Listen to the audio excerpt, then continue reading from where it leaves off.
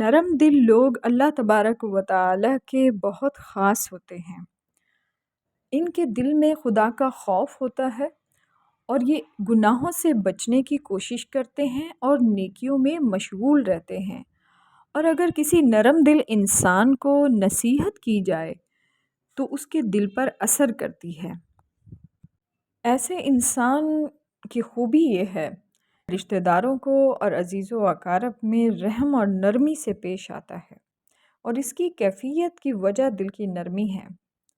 نرم دل انسان سب پر رحم کرتا ہے اور حضور صلی اللہ علیہ وآلہ وسلم کو اور اللہ عز و جل کو بہت پسند ہے۔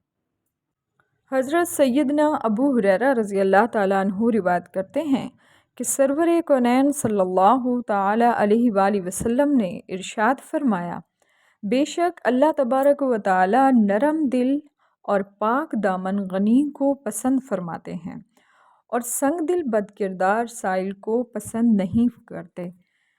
ایک اور جگہ روایت ہے کہ حضرت سیدنا ابو ہریرہ رضی اللہ تعالیٰ عنہ روایت کرتے ہیں کہ ایک شخص نے بارگاہ رسالت میں دل کی سختی کی شکایت کی کہ میرا دل بہت سخت ہے، تو آپ صلی اللہ علیہ وآلہ وسلم نے ارشاد فرمایا کہ یتیم کے سر پر ہاتھ پھیرو اور مساکین کو کھانا کھلاؤ، تو انشاءاللہ اس سے تمہارا دل نرم ہو جائے گا۔